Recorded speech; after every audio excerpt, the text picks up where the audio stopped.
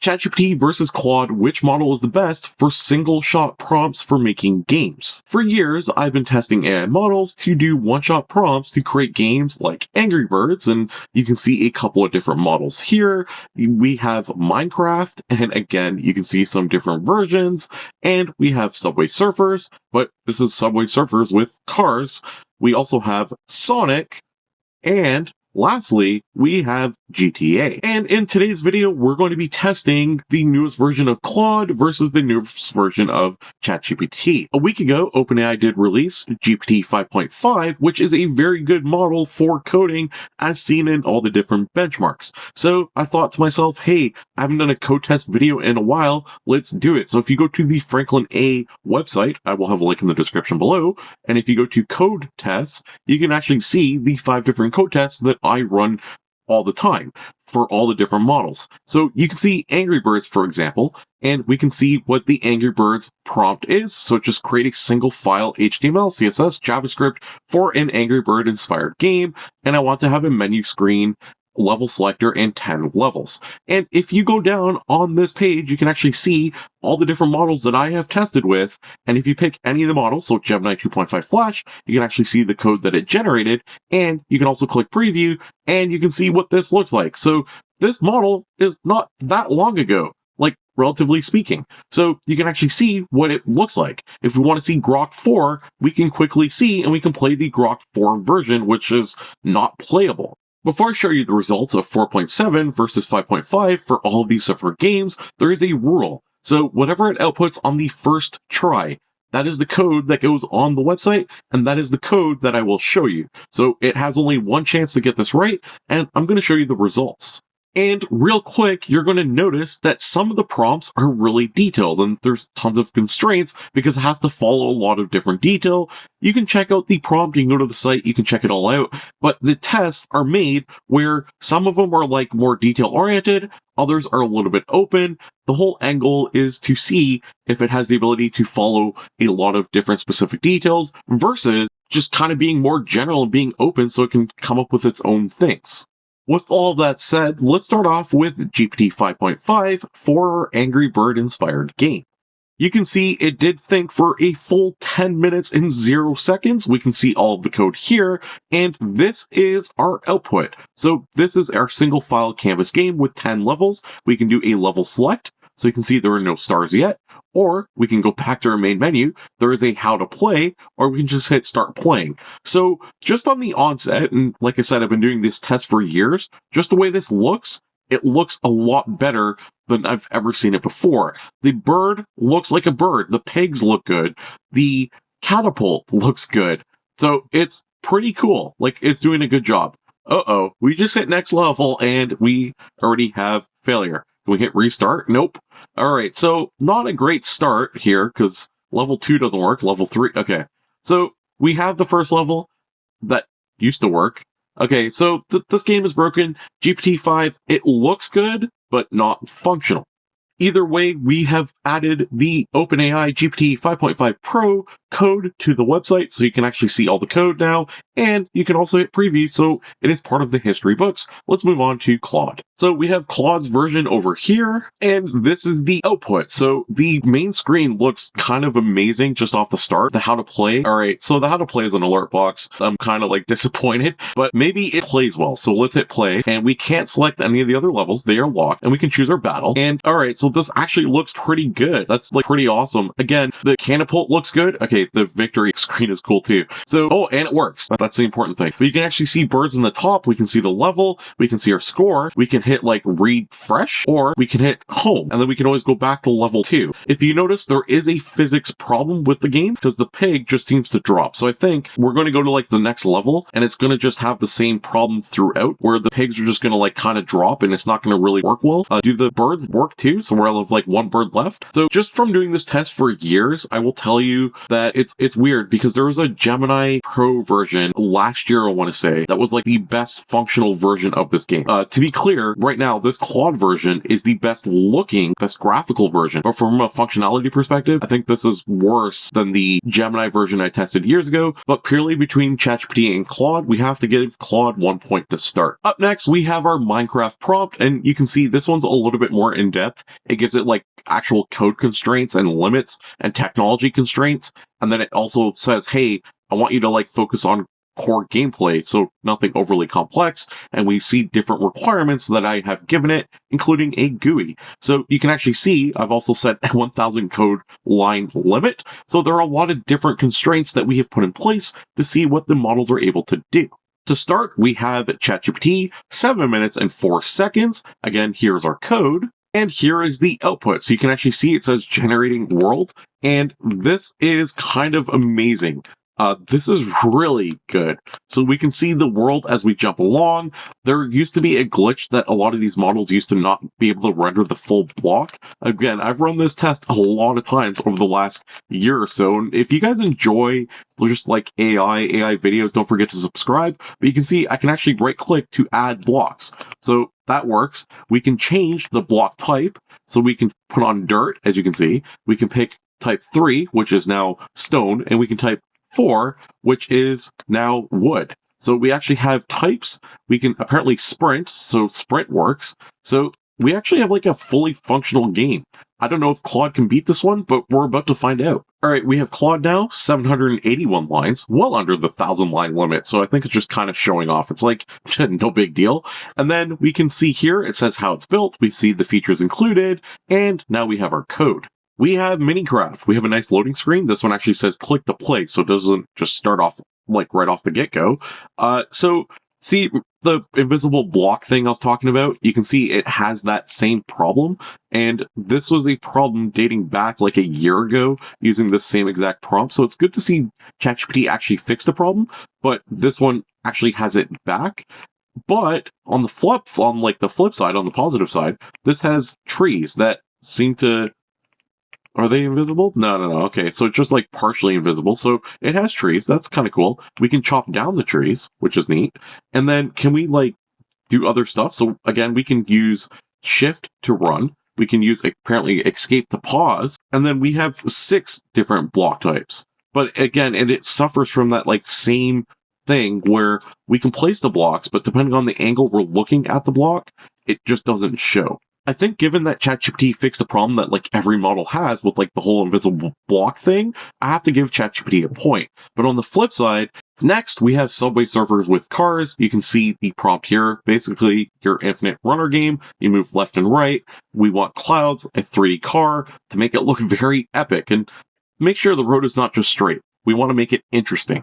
ChatGPT, 8 minutes and 49 seconds to give us this game here. And again, you can see all of our code. So we can see Turbo Drift, Skyline Rush, dodge blocks, and you can actually see all the instructions there.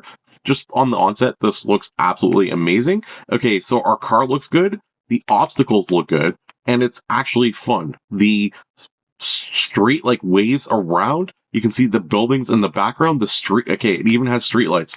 This is absolutely amazing. The progress from this, from like prior videos, and if you want to go back and watch them, please do. But you can actually see like the graphics is absolutely insane, and it even has like a best scores now. So let me die real quick. And I gotta say the progress in like AI has been absolutely wild, because if you go back like 6 months ago, this game looked totally different. It wasn't even as playable depending on the model you used or chose. And I'm talking like the state-of-the-art models, where now you actually have like a legitimate game where you can see it like speeds up. It actually gets harder as you go. And we have a really cool endless runner game now. Same prompt, Opus 4.7, Highway Havoc. And again, you can see the left, right. The UI is just, it's crazy. Okay, wait a second. I just died right away. Can we do that again? Okay, the controls are in first, so I'm going to give it a grade down, but the clouds are really cool. The whole UI is really cool. The graphics are really awesome, and like the whole rec screen and everything. So it looks good. It just starts off really fast, and the buttons are reversed. So I think, man, this is a tough one because I kind of like the graphics better of Claude, but the usability is better on ChatGPT. Again, I'm just going to give them both 1 point. I mean, this is my test. Let me know in the comments below which one you would assign points to for each test I'm doing. Okay, we have Sonic, and this is just a really simple prompt. Make a simple Sonic 1 inspired game and just use simple blocks. So that's all we're asking. Nothing crazy. 6 minutes and 56 seconds, we have this Sonic game here. I'm just going to show you the code real quick. Here it is. Again, this is going to be all on the website. We have blue block dash, and let's see what it came up with. We can press space or W to start, and we have a pretty cool game. All right, so we have Sonic, and he is a block. We have some enemies, and can we like jump on them? Okay, we can jump on them, and there's like a little POW animation. Pretty cool. There is a speed, so you can actually see the speed that I'm going. 520 seems to be the max. We can see a timer going up, and we can also see a score and the number of rings that we have collected. So I'm just going to kind of fly through it. Okay, if I hit a guy, I lost some rings, and we can actually see a goal. So we can see the finish and the best time, but the massive leaps forward are absolutely wild because we have like a real functional game. If you guys have been subscribed for a while and you've seen me do these tests before, you know that the like leaps forward on this specific one have been absolutely crazy. Like when we started, we didn't really have a functional game, and now we do. And I mean, Sonic can use some work, but it is very, very functional. So with that said, let's see what Claude has come up with, because Claude has been really good with graphics, even though the functionality seems to be a little bit better on ChatGPT. So anyway, we can see why it's there. We can see controls. We can click in. We can actually see all of the code. And this one is 902 lines. Crazy. This one is called Blue Blur. Collect rings. All right. So Sonic looks really good. Okay. The roll animation, that is really wild. Look at him roll. And then his face and everything, the enemies, you can drop out of the level and you can actually see, oh, we got game over because we lost all our lives. So we do have a game over screen, and you can hit try again, and we can just kind of go through the level now while he's flying in the air, and I can take him out, which is cool. Can I make these jumps? All right, how do I do this one? Can I even do this one? I don't know. We're about to find out. Oh no. I went to get rid of the enemy, and instead that's what happened. But it's okay. He's gone now, so I should be able to do this. Can I do it? No. I don't know if that jump is possible. So again, you can kind of see what I'm going for here. I hate to give them both 1 point because I want there to be a winner, but for the sake of being like really transparent, in my opinion, Claude looks better, ChatGPT functions better. 1 point for both. The last test, and my favorite one, GTA, and you can kind of see the prompt here, just a single file GTA inspired game. We're going to copy this prompt over, we're going to enter it in, and let's see what it generates, but this is my favorite test. Let's start off with ChatGPT. Here is our prompt. As usual, we can actually see everything it's done. It thought through. This took 14 minutes and 43 seconds. So this is the longest one that it took by far. And you can actually see we have what's included. We have everything that is there, and we can see all of the code for our game. So here's our game, and we have spawned in the corner of a building. Can we move, please? Can we jump in this car? Okay. We got in the car, and that made us escape. We can hit buildings, so that's good. Like, the buildings aren't invisible, and I've seen that on some other models. Also, I want to point out that it's not that I'm a bad driver. I mean, that might be the case too, but the controls are definitely inversed. So just something to point out. We do have different variety of the city. So you can actually see we have a little park going on here. We have park benches, a little water fountain, some trees, and streetlights. So this is the first time ever a model has given us extra stuff other than just buildings, and the buildings actually look good. So again, the leaps forward for this specific test are pretty wild. You can, wait a second, is there a streetlight on top of a building? Do you guys see that? All right. Anyway, the cars look different. It's pretty awesome, right? And can we get out of the car? Okay, we can get out of the car, and we are on foot now, and apparently we can just jump. We can use sprint, so we can run a little quicker, and then we can like just move around. So kind of cool. We can press R to reset, and that resets the entire game. So we're back in the corner of this building where we are stuck. But I think off like a single shot prompt, this is easily the best GTA game that we have seen to date. Also, I just noticed you can actually see that we're on like a night run. You can see the kilometers that we're running with our car, like driving, kilometers per hour driving. So again, crunch. Buildings are solid. Oh, that's cool. Look at the little pop-up at the bottom.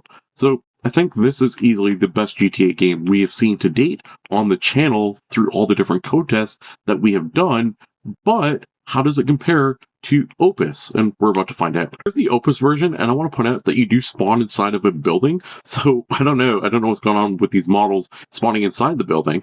Also, anytime you move, you do kind of like glitch out to start, but after that, this is absolutely mind-blowing. The cars, I get what they're going for, like the wheels are supposed to be turning, so they're going for something. This is me going forward on my keyboard, so the cars don't really like function like a car. Does that make sense? Like, that's me going forwards, this is me going backwards, and then this is left and right, so I can kind of spin. You kind of see the premise of a car, but it's not really working. The buildings look really good. The lights are cool. The lights on the building, the street lights, it all looks kind of neat. And you can actually see our character actually has a walking animation. We can make him run a little quicker. The lights actually do change different colors, but the cars don't obey the street lights yet. So again, the progress of AI, maybe that will be fixed in like 6 months on one of these state-of-the-art models. But outside of that, there is no like park benches. There's like nothing really extra, and you could say, those wheels are hilarious. You could say that I didn't really request to have the park benches, but if you go back and look at the prompt, it does say like make the little world and make an inspired game. So it's getting better, right? Like this actually has like a functional street, and again, go back in time, you'll see the progress forward is kind of nuts, and that's why I like these kind of tests. And if you notice, like behind my head, for example, there is a mini map, and it shows where all the different cars are. So you can actually see where the cars are on the map, and at any given time, that car just totally disappeared. But anyway, it's pretty awesome. So listen, I hate to give them both a tie because I want like a clear-cut winner. And I think ChatGPT does a much better job at like functionality, where Claude does a better job at just like graphic design and making the UI and making everything look kind of cool. So if we're looking from like functionality, I think I'm going to lean more towards OpenAI. If we're looking more for like, hey, does it all look good? Then definitely Claude. Those are my thoughts. Let me know what your thoughts are in the comments below. Am I like well off the mark? Let me know down below. Leave that comment. Don't forget to like the video. It tells the algorithm you enjoy this type of content and want to see more of it. So it's like a win-win situation. And while you're down there, don't forget to subscribe because I cover AI on a daily basis. It's completely free. So just go do it. Thanks for watching, and I'll see you tomorrow with another video. Like that, AI tools.